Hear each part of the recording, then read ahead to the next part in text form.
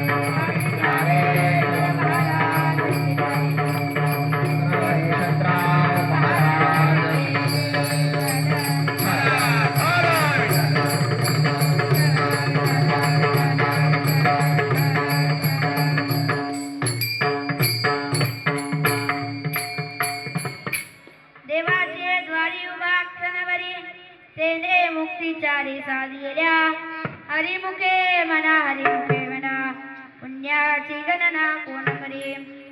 देवाच्या द्वारात क्षणभर जरी उभा राहिलं तरी तेने मुक्तीचारी साधिल्या.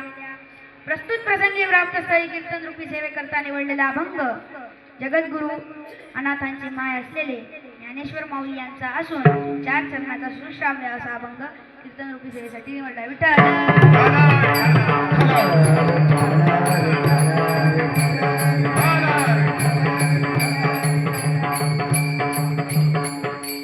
अभंगाचा सरळ सरळ शब्दार्थ असा आहे की देवाचे द्वारी उभा क्षणभरी तेने मुक्तीचारी साधिल्या. देवाच्या द्वारात क्षणभर जरी उभा राहिलं तरी त्या व्यक्तीला त्या माणसाला 4 मुक्तींची प्राप्ती होत असते.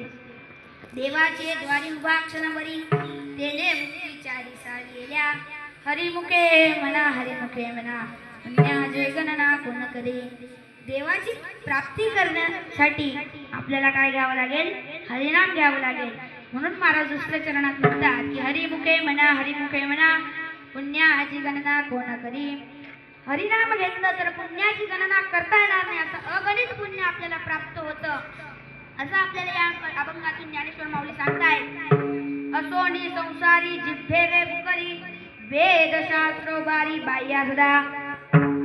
असोनी संसारी जिभे वे बुकरी. संसारात असेपर्यंत आपण देवाची भक्ती केली पाहिजे. फक्त क्षणभर जरी आपण गेलो तर आपली प्रगती काही होणार नाही.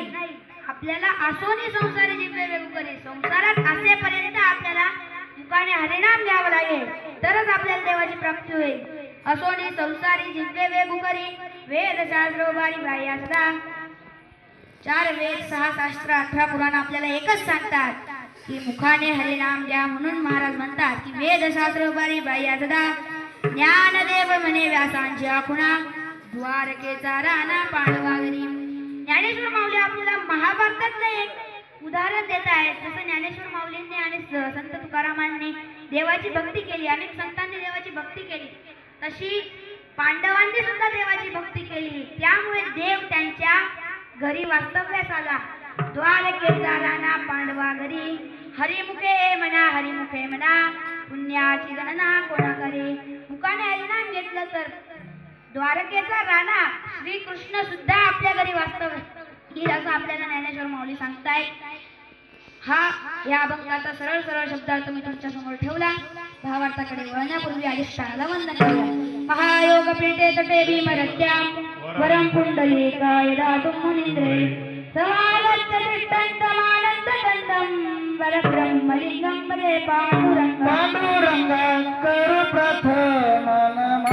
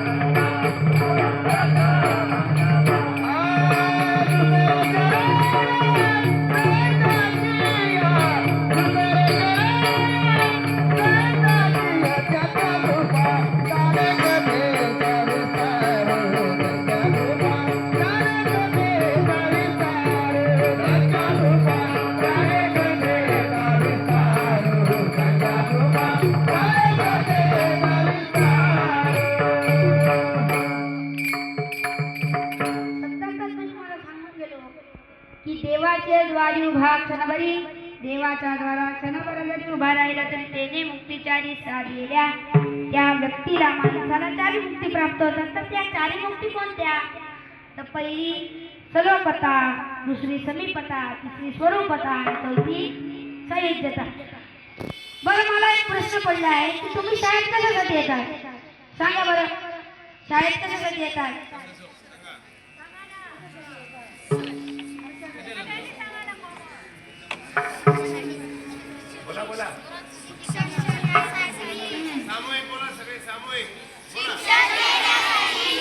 बरोबर.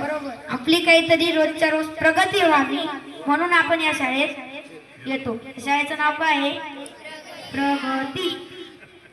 आपल्या स्वतःची काहीतरी रोजच्या रोज प्रगती व्हावी म्हणून आपण शाळेत येतो. बरं, जर तुमचं लक्ष असेल तर मला सांगा, विहिरीतून 1 बादली पाणी काढायला 25 फूट दोर लागतो. अर्धी बादली काढायला किती लागेल?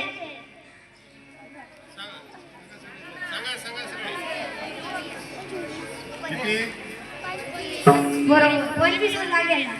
पाणी जर 25 फुटावर असेल, अर्धी बादली भरायला पण तुम्हाला 25 फूटच जोर लागेल. पूर्ण भरायचे असेल तरी 25 फूटच लागेल. विठ्ठल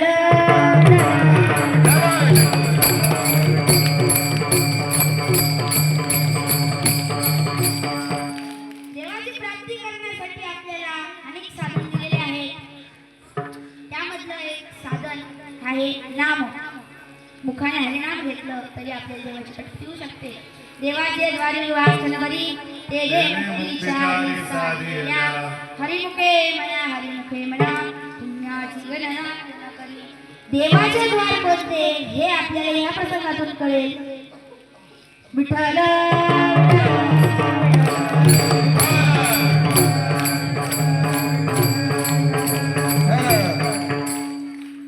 एका माणसाला मद्रासला जायचे होते. तो स्टेशनवर गेला, रेल्वेच्या स्टेशनवर गेला आणि सांगितलं की मला 4 तिकीट मद्रासचे द्या. आता तिथं भरपूर गर्दी होती, त्याचं ऐकायला कोणी नव्हतं. त्यामुळे 5-6 तिकीट काउंटर होते. आता आपले असे वर्ग आहे तसे तिथं 5-6 तिकीट काउंटर होते. प्रत्येक तिकीट काउंटरवर एवढी गर्दी होती जेवढी आता तुम्ही आहात तेवढी. तर आता त्याला वाटलं की ज्या तिकीट काउंटरवर कमी गर्दी असेल त्या तिकीट काउंटरवर जाऊन आपण उभं राहू. तिथं तो गेला तरी त्याला तिथं 1.5 तास लागला. 1.5 तास झाल्यानंतर त्यांनी पाहिलं की तिकीट काउंटरला विचारलं की मला मद्रासचे 4 तिकीट द्या. तिकीट काउंटरवाला म्हणाला, दादा इथे मद्रासचे तिकीट मिळत नाही. तो माणूस म्हणाला, मी इथे 1.5 तासापासून उभा आहे तरी तुम्ही मला म्हणतात की मद्रासचं तिकीट भेटणार नाही. तेव्हा तिकीट काउंटरवाला म्हणतो, तुम्हाला एवढंच माहिती होतं तर तुम्ही आधी विचारून घ्यायचं मद्रासचे तिकीट कुठे भेटतात. विठ्ठल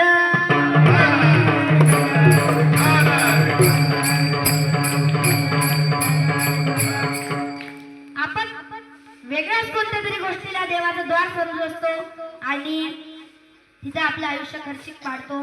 त्यामुळे आपल्याला देवांची प्राप्ती होईल का असा आपल्याला प्रश्न पडतो. तो होईल, पण जर आपण वेळेवर नामस्मरण केलं. म्हणून हरिमुखे म्हणा पुण्याची गणना कोण करी. इथे देवाचे द्वार हे देवळाचे द्वार किंवा मंदिराचे द्वार ह्या अर्थाने त्याचा अर्थ नसून तर देवाला प्राप्त करण्याचे साधन म्हणजे देवाचे द्वार. देवाचे द्वारी उभा कणवरी तेले मुक्ती चारी साधिल्या हरिमुखे म्हणा पुण्याची गणना कोण करी. या देवाच्या द्वारात जर आपण गेलो तर आपल्याला 4ही मुक्तींची प्राप्ती होते. सलोपता, समीपता, स्वरूपता आणि सायुज्यता या 4ही मुक्तींची आपल्याला प्राप्ती होते. त्याचं कारण म्हणजे अभंगाचं पहिलं चरण. देवाचे द्वारे उभा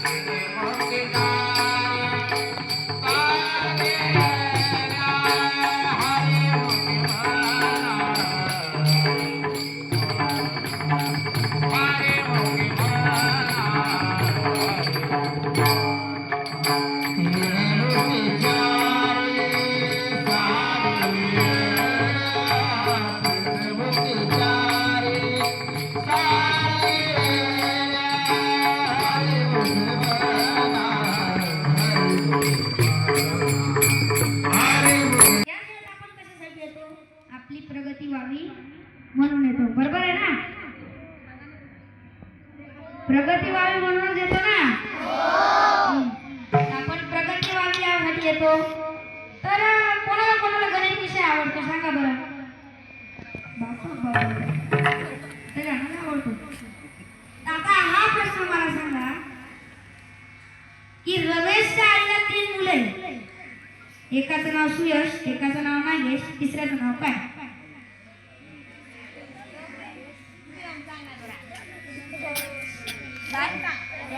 बरोबर.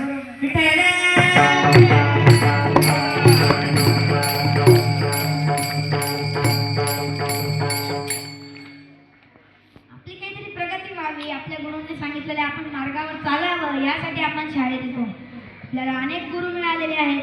तसंच भक्त प्रल्हादाला नारद मुनी म्हणून गुरु मिळाले होते. नारद मुनी म्हणजे विष्णूंचे भक्त, माहिती आहे ना सर्वांना. आणि भक्त प्रल्हाद पण माहिती असेल. तर भक्त प्रल्हादाला जेव्हा भक्त प्रल्हाद आईच्या गर्भात होता तेव्हा त्याची आई नारद मुनींच्या आश्रमात होती. त्यामुळे त्याच्यावर अनेक संस्कार घडले. आपल्या आजच्या कीर्तनाचा विषय काय आहे? संस्कार, देश, धर्म, देव, हे आपले 4 प्रमुख विषय आहेत. तर त्याच्यावरती अनेक संस्कार घडत गेले. त्यामुळे तो राक्षसी कुलामध्ये जन्माला येऊन सुद्धा देवाचं नामस्मरण करू लागला. त्यामुळे त्याला देवाची प्राप्ती झाली. त्याला मारायचा अनेक वेळा हिरण्यकश्यपाने प्रयत्न केला. गरम तेलात टाकलं, मोठ्या उंच दरीवरून फेकून दिलं, नंतर आगेमध्ये बसून होलिकेसोबत त्याला मारण्याचा कट रचला, अनेक त्रास दिला. पण शेवटी मागे पुढे उभा राहे सांभाळित आलिया घात निवाराळे. ऐशा मूर्खांचा कैसा विश्वास म्हणून धरिला तुझी कास. देव म्हणतात, तुकाराम महाराज आपल्याला म्हणतात की या मूर्खांचा, या माणसांचा, या मनुष्यांचा आपण कसा विश्वास धरायचा?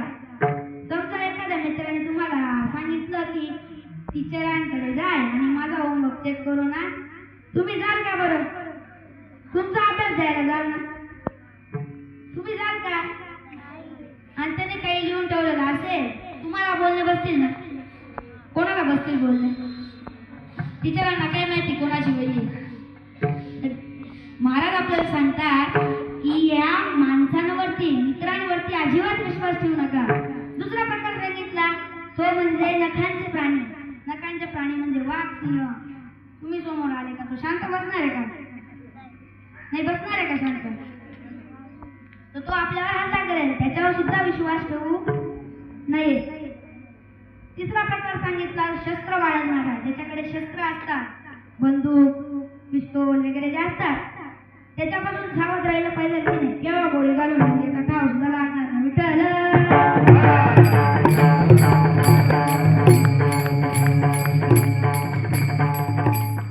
म्हणून गुरूंनी दिलेल्या मार्गावर चाला, असं महाराज आपल्याला सांगतात. हरिमुखे म्हणा पुण्याची गणना कोण करी. इथे देवाला प्राप्त करण्याचे साधन म्हणून देवाचे द्वारे घेतलेलं आहे. पुढे हरिमुखे म्हणा पुण्याची गणना कोण करी. पुण्याची गणना कोणती करता येणार नाही, असं ते पुण्य आपल्याला मिळतं. आपल्याला आता प्रश्न असा पडला आहे की देवाचं द्वार नेमकं कोणतं? तुम्ही म्हणता की असं नका करू, तसं नका करू. मग देवाचं द्वार कोणतं? आम्हाला देवाची प्राप्ती पाहिजे, तर सोपं साधन सांगितलंय, नामसाधन. पण त्याचे अनेक प्रकार आहेत. 2 मेन प्रकार आहेत. एक म्हणजे वेदाध्ययन. वेदैश्य सर्वैरहमेव वेद्यो वेदांत कृत्वेन विधेयचाहम. श्रीकृष्ण आपल्याला सगळ्याला, अर्जुनाला 15व्या अध्यायात सांगतात की वेदाच्या अध्ययनाने भगवंताचे यथार्थ ज्ञान होते आणि ते यथार्थ ज्ञान झाले की आपल्याला भगवंताची प्राप्ती होते. दुसरा प्रकार सांगितला संत सेवा. आता आपले ज्ञानेश्वर महाराज, तुकाराम महाराज, आपल्याला एकनाथ महाराज, आपल्याला सगळ्यांना माहिती असते. यांची आपण सेवा केली तरी सुद्धा आपल्याला देवप्राप्ती होऊ शकते. पण मेक टू अंडरलाईन या शब्द आला की वाक्याचा अर्थ बदलतो. पण 2 अक्षरी शब्द आहे. पण तर पण या शब्दाचा अर्थ असा आहे की आता जर समजा तुम्हाला देवळाच्या द्वारात उभं केलं, म्हणजे तुम्ही नामसाधना केली, तुम्हाला देवाची प्राप्ती होणार आहे. तर हे कशाच्या बळावर होणार आहे? नामाच्या बळावर. नंतर दुसरा पर्याय सांगितलाय गुरु. आपल्याला जे गुरु लाभतात देवाच्या मध्ये आणि मनुष्याच्या मध्ये एक जण येतो, त्याचं नाव आहे गुरु. आणि या काळात हे सर्व साधन, वेदाध्ययन करा, शाळा करा, घरचं काम करा, आपल्याला काही जमणार नाही. म्हणून महाराजांनी अवघ्या 700 वर्षांपूर्वी आपल्याला एक सोपं साधन सांगितलं, ते म्हणजे अभंगाचं 2रं चरण. हरिमुखे म्हणा, हरिमुखे म्हणा.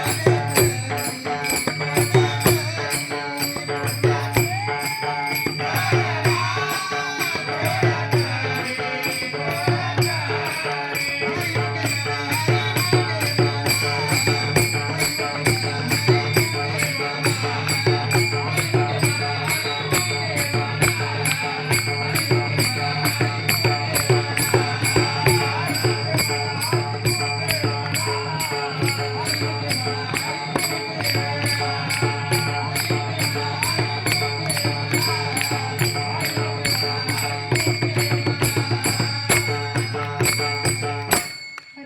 मला हरिमुखे बळा पुण्याची गणना कोण करी मुखाने हरिनाम घेतलं तरी पुण्याची गणना कोण करी पुण्याची गणना करता येणार नाही असं अगणित पुण्य आपल्याला प्राप्त होतं. अभंगाच्या दुसऱ्या चरणात महाराजांनी आपल्याला एकदम सुंदर प्रमाण दिलं. हरिमुखे म्हणा पुण्याची गणना कोण करी सोनी संसारी जिद्दे वे उकरी वेद शास्त्र बारी बाह्या सदा.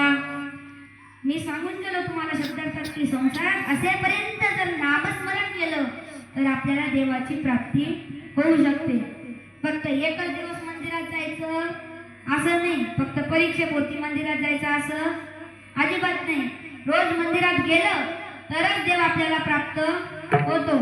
नाही तर मग परीक्षेच्या दिवशी सकाळी लवकर उठायचं, तांब्याभर पाणी घ्यायचं, महादेवाकडे जायचं आणि मला सांगायचं महादेवा मला आज परीक्षेत पास कर हो. मी काही अभ्यास केलेला नाही, पण देव सांगतो तू कर तरच मी तुला फळ देईल. पण रोज आपण गेलो तर आपल्याला एक वेगळीच एनर्जी तिथं फील होते, आपल्याला अनुभवायला मिळते. ती एनर्जी म्हणजे देवाचं रूप असतं. असोने संसारी झिंजवे भुकरी वेद शास्त्र बारी बाह्य सदा. आपल्या संतांनी सुद्धा संसारात असेपर्यंत देवाची नामसाधना केली. सप्ते करायचे, पठण करायचं, ज्ञानेश्वरीचं पठण करायचं, गाथाचं पठण करायचं, श्लोकांचं पठण करायचं, अभंगाचं पठण करायचं. असं करत करत संतांना सुद्धा देवाची प्राप्ती झाली. पण जर तुम्हाला गुरु नसतील, चांगले गुरु नसतील तर तुम्हाला देवाची प्राप्ती होणार नाही. आपल्याला सगळ्यांना चांगले गुरु मिळालेले आहेत. आमचे अमृतकार सर, दादा वदाने सर यांनी आपल्याला चांगले शिक्षा दिली, त्यामुळे आपण ध्येयापर्यंत पोहोचू शकतो. नाहीतर मग आपलं काही खरं नाही. आपल्याला जर ध्येयापर्यंत पोहोचायचं असेल तर आपल्याला काय करावं लागणार आहे? चांगल्या गुरूंची प्राप्ती होणार आहे, करायची आहे. एकनाथ महाराजांच्या चरित्रात आपण पाहायला गेलं तर तसंच झालं एकनाथ महाराजांचं. एकनाथ महाराजांचे लहानपणी आई वडील वारले होते, त्यामुळे आजी आजोबांनी त्यांचा सांभाळ केला. पण आजी आजोबांना कथा कीर्तनाला जायची खूप सवय होती, त्यामुळे नाथ महाराज सुद्धा कथा कीर्तनाला जात असे.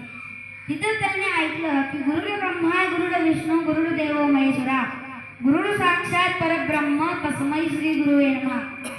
गुरुच ब्रह्मा आहे, गुरुच विष्णू आहे आणि गुरुच महेश्वर आहे. कारण कि गुरु कोई साधारण नहीं होता, प्रलय और निर्माण उसके गोद में पड़ते. विठ्ठल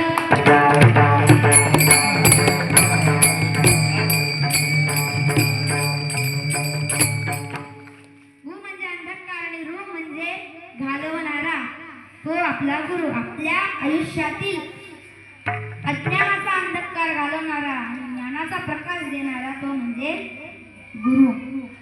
गुरु महान आहेत. त्यामुळे नाथ महाराजांना कळालं की आपल्याला देवाची प्राप्ती करायची असेल तर आपल्याला कशाची गरज आहे? कशाची गरज आहे? लक्ष आहे नाही तर सांगा. हा बरोबर, गुरूंची प्राप्ती आपल्याला करणं आवश्यक आहे. गुरु जर आपल्या जीवनात असले तर आपल्याला देवाची सुद्धा प्राप्ती होऊ शकते. तसंच नाथ महाराजांच्या चरित्रात झालं, त्यांनी आजीला विचारलं की माझे गुरु कोण आहे मला सांग.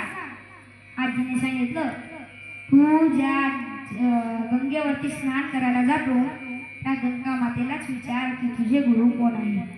दुसऱ्या दिवशी नाथ महाराज कोणा न सांगता सकाळी लवकर उठले आणि लवकर स्नानाला गेले आणि म्हणे गंगा माता माझे गुरु कोण आहे मला सांग लवकर. आता आजी आजोबांना काही माहित नव्हतं की कुठे गेले काय गेले. आजी आजोबा शोधत बसले नाथ महाराजांना. पण नाथ महाराजांच्या डोक्यात काहीतरी वेगळा विचार चालू होता. नाथ महाराज म्हणे माझे गुरु कोण आहे सांग सांग सांग. तेव्हा गंगा माता प्रकट झाल्या आणि सांगितलं की देवगिरी किल्ल्यावर जनार्दन स्वामी नावाचे सुभेदार आहेत, ते तुझे गुरु आहेत.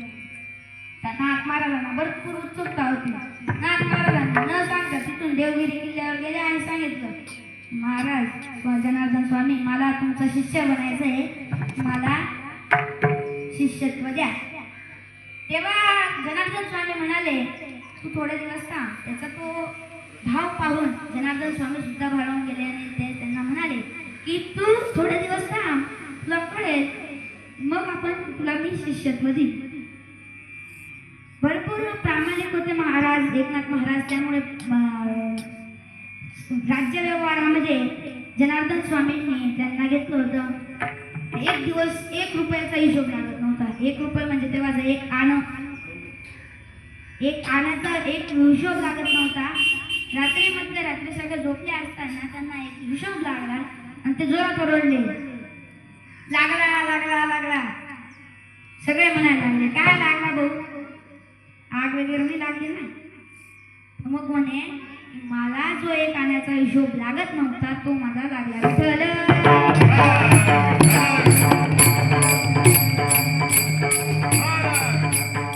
आपण 1 रुपयाची ती चॉकलेट कधी पण खाऊन जातो आणि आईला सांगतो की 1 रुपया नव्हताच दिला तो माझ्याकडे, नव्हताच दिला नव्हता.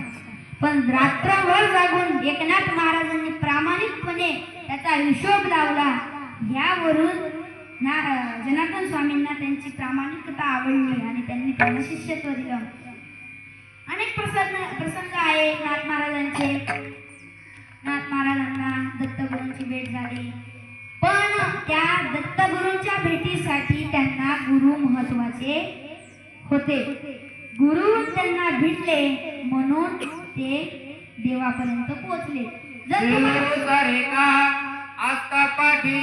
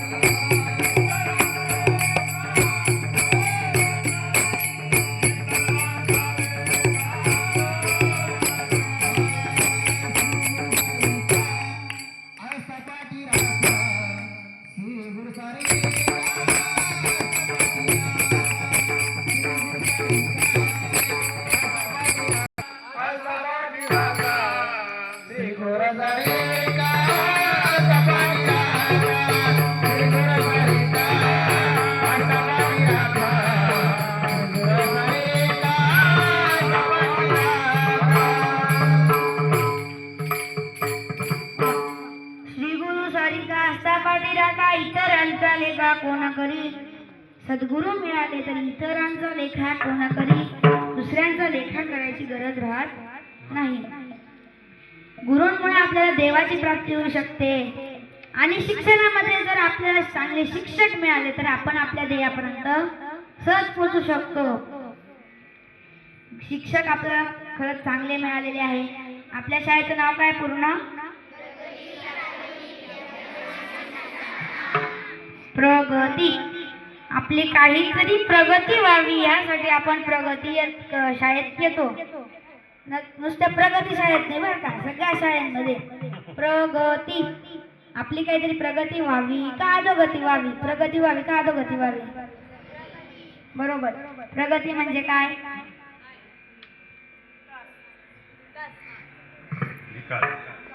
काहीतरी आपल्यामध्ये बदल घडावा, रोज काहीतरी नवीन शिकावं, यामुळे आपण शाळेत येतो.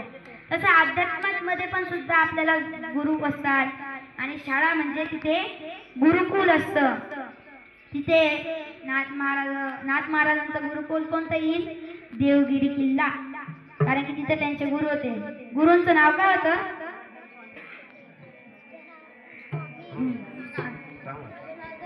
बरोबर, जनार्दन स्वामी. विठ्ठल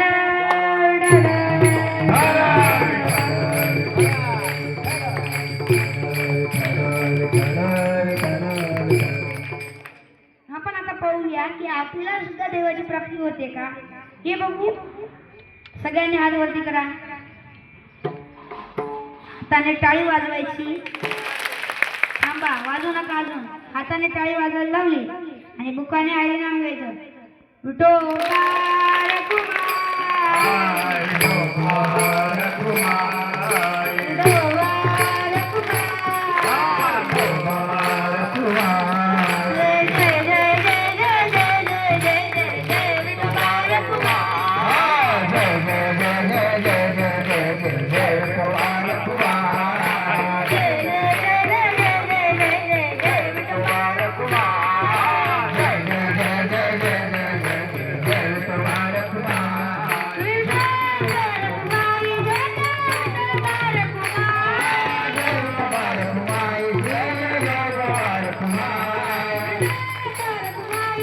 कुमार,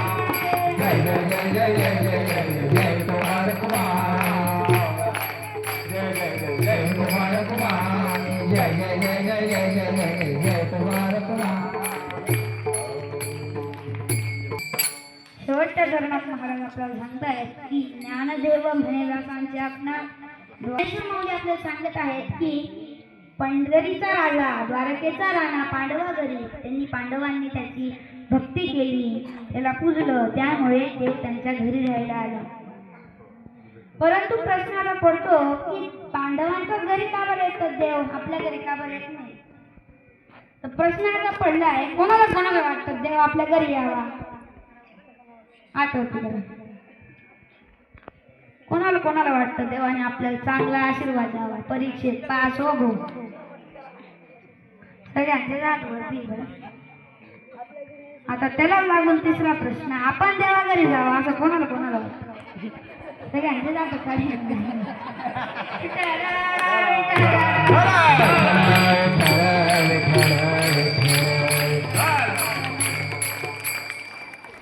तर ज्ञानेश्वर माऊली आपल्याला सांगत आहेत की ज्ञानदेव म्हणजे व्यासांच्या गुणाद्वार द्वारकेचा राणा पांडवा घरी. आपण जर देवाची भक्ती केली तर पांडवांसारखा देव सुद्धा आपल्या घरी येईल. तर त्याचं काय झालं की लाक्षागृह कट, तुम्हाला महाभारतातली एक गोष्ट माहिती का, लाक्षागृह कट ऐकली का कोणी. लाक्षागृह कट बर चला. एकदा काय होतं की पांडव सगळ्या लढाईला जिंकून आपल्या राज्यात आले.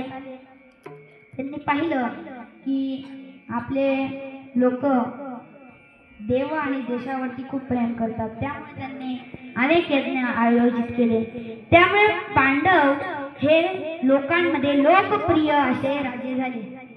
पण दुर्योधन त्यांचा चुलत भाऊ, त्याला खूप हे झालं, त्याला राग आला आणि त्याच्या रागात आगीत तेलो त्याचं काम कोणी केलं असेल, दुःशासन, कर्ण आणि बाकीचे आपला शकुनी मामा.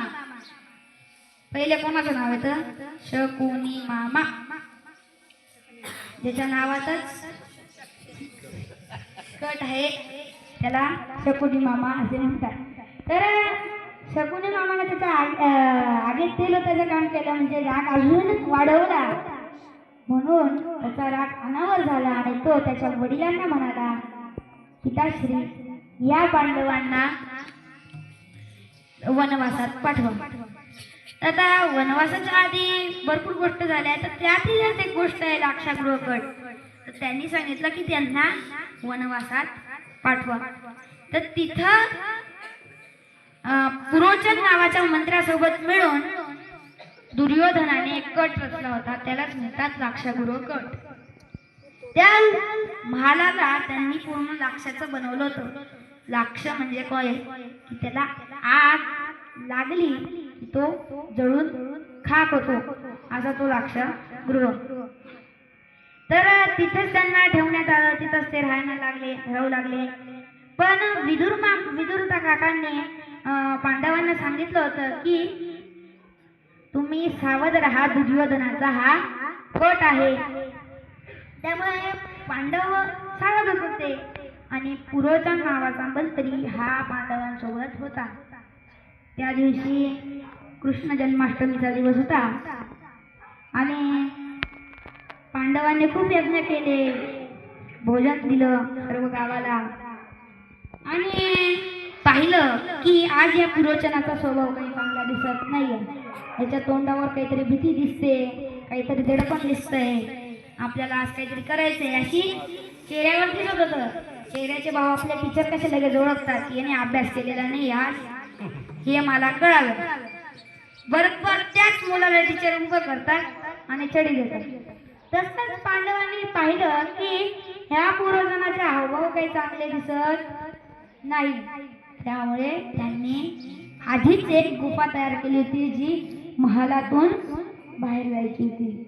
रात्री मध्यरात्रीची वेळ होती, भोजन दिलं होतं. त्यामुळे एक भिल्लीने तिच्या 5 मुलांसोबत आली होती. तिने भोजन केलं पण तिला यायला थोडा उशीर झाल्यामुळे ती तिथेच निवासाला थांबली. रात्रीची वेळ होती, मध्यरात्री झाल्यानंतर लाक्षागृहाला आग लागली. आता आग लागली हे पांडवांना माहिती होतं पण त्या भिल्लीला माहिती नव्हतं.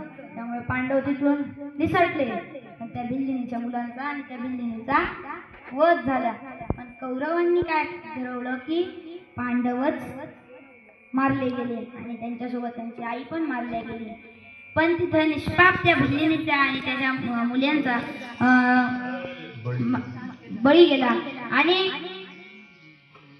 पांडव तिथून निसटले. हे फक्त मात्र विदुर काकांना आणि भीष्मांनाच माहिती होतं. याचं कारण काय आहे की मागे पुढे उभा आहे सांभाळित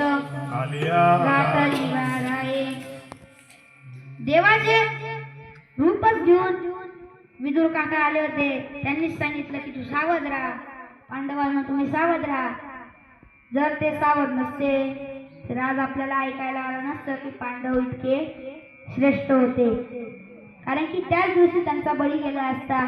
पण देवाची त्यांच्यावर कृपा होती, देवाने त्यांना आपलं केलं होतं, आपलंसं केलं होतं. त्यामुळे देवाने त्यांना बरोबर वाचवलं. देवाने त्यांनाच वाचवलं असं नाहीये, देवांनी प्रल्हादाला वाचवलंय. भरपूर जणांना, भरपूर त्याचे जे भक्त आहेत त्यांना सर्वांना वाचवलेलं आहे. त्यामुळे आपण सुद्धा देवाचं भक्त व्हायचं. सर्वात पहिले गुरूंचं भक्त व्हायचं. गुरूंचं भक्त झाल्या की आपल्याला देवापर्यंत पोहोचायचा मार्ग मोकळा होतो. आपल्या ध्येयापर्यंत पोहोचायला आपल्याला काय लागतं? शिक्षणच लागतं ना. 1ली, 2री, 3री, 4थी, 5वी, 6वी, 7वी, 8वी हे सर्व झाल्यानंतर आपण आपल्या ध्येयापर्यंत पोहोचतो. पण जर आपल्याला ह्या भवसागरातून तरून जायचं असेल तर आपल्याला गुरूंची प्राप्ती करावी लागेल. भवसागर तरता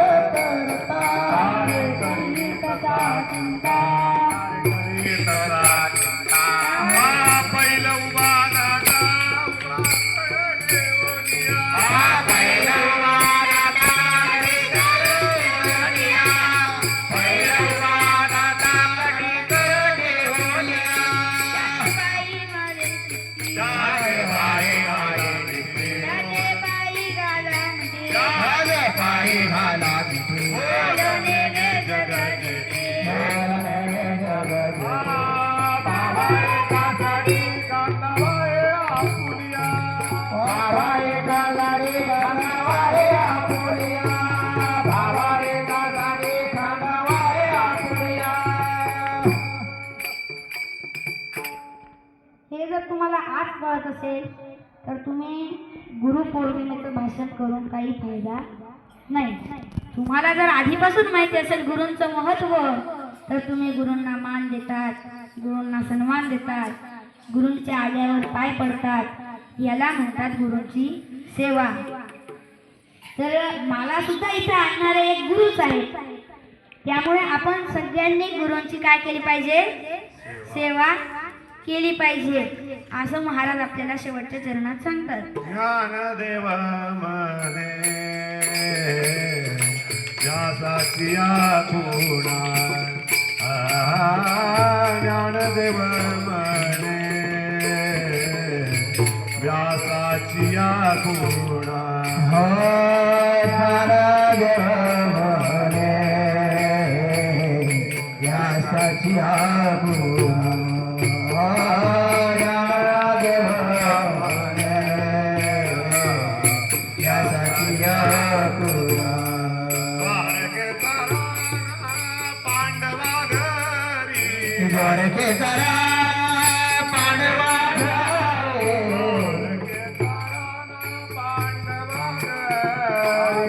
द्वारके तारा पांडवा घरी मुख म्हणा हरी मुख म्हणा हरी मुख म्हणा म्हणा हरी मुख म्हणा हरे मुखे भरा हरे मुखे भरा हरे मुखे भरा हरे मुखे भरा पुण्याची गणना कोण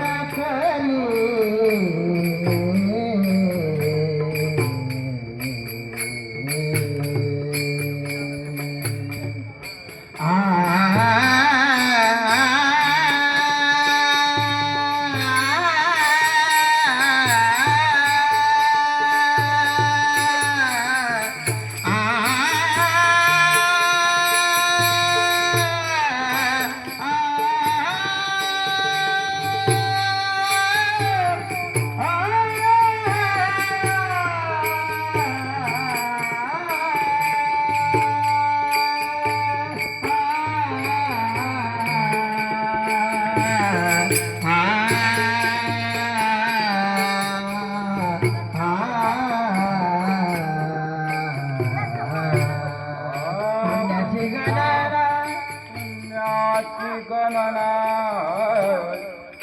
कोण करी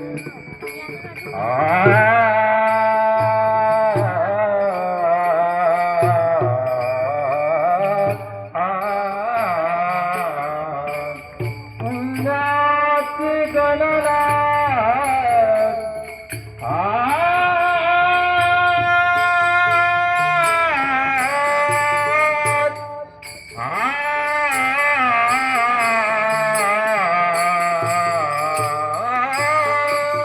हरी मुख म्हणा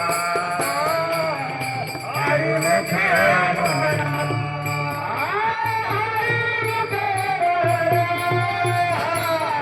म्हणा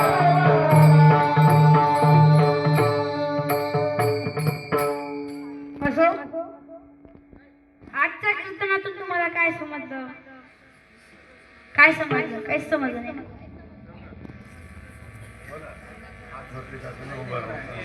सांग गुरूंची सेवा करायची अजून प्रश्न विचारणार आहे बरं काय बरोबर गुरूंचा नमस्कार आता कोण कोण त्याचं पालन करणार आहे कीर्तन झाल्यानंतर आपल्या सर्व गुरूंचे पाय आपल्याला पडायचे आहेत नमस्कार करायचा आहे उद्यापासून गुरूंना सन्मान द्यायचा आहे गुरु उद्यापासून काय आजपासूनच आजपासून गुरूंचं ऐकत नाही तुम्ही आवाज करतो ते गुरूंची आपल्याला काय करायची आज्ञा पाळायची आहे सर्वांनी उद्यापासून गंध लावून यायचा आहे आपण कोणत्या धर्मात जन्माला आलेलो आहोत पवित्र हिंदू धर्मात जन्माला आलेलो आहोत त्यात अजून आपण वारकरी संप्रदायात जन्माला आलो आहोत म्हणून आपण हे कीर्तन ठेवलं तरी सर्वांनी उद्यापासून गंध लावून यायचा असो एवढं बोललो म्हणजे अभंग सुटला असे नव्हे वेळ आपली संपलेली आहे टाइम इज मनी या न्यायाप्रमाणे माझ्या वाणीला विराम देतो ज्ञानेश्वर माऊली ज्ञानेश्वर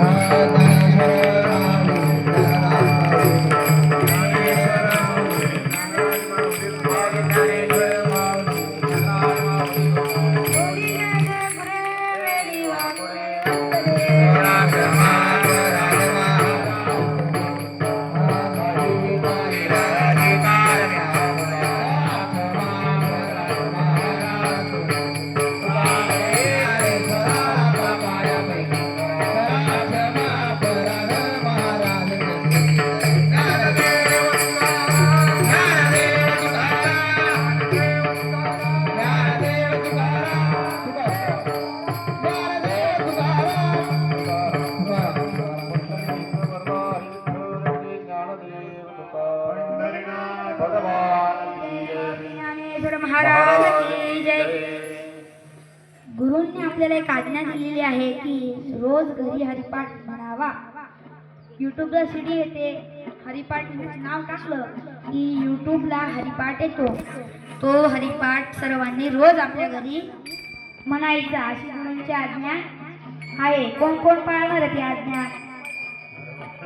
फक्त आजसाठी नाही बरं का, किंवा मग फक्त गुरुपौर्णिमेसाठी नाही, रोजसाठी.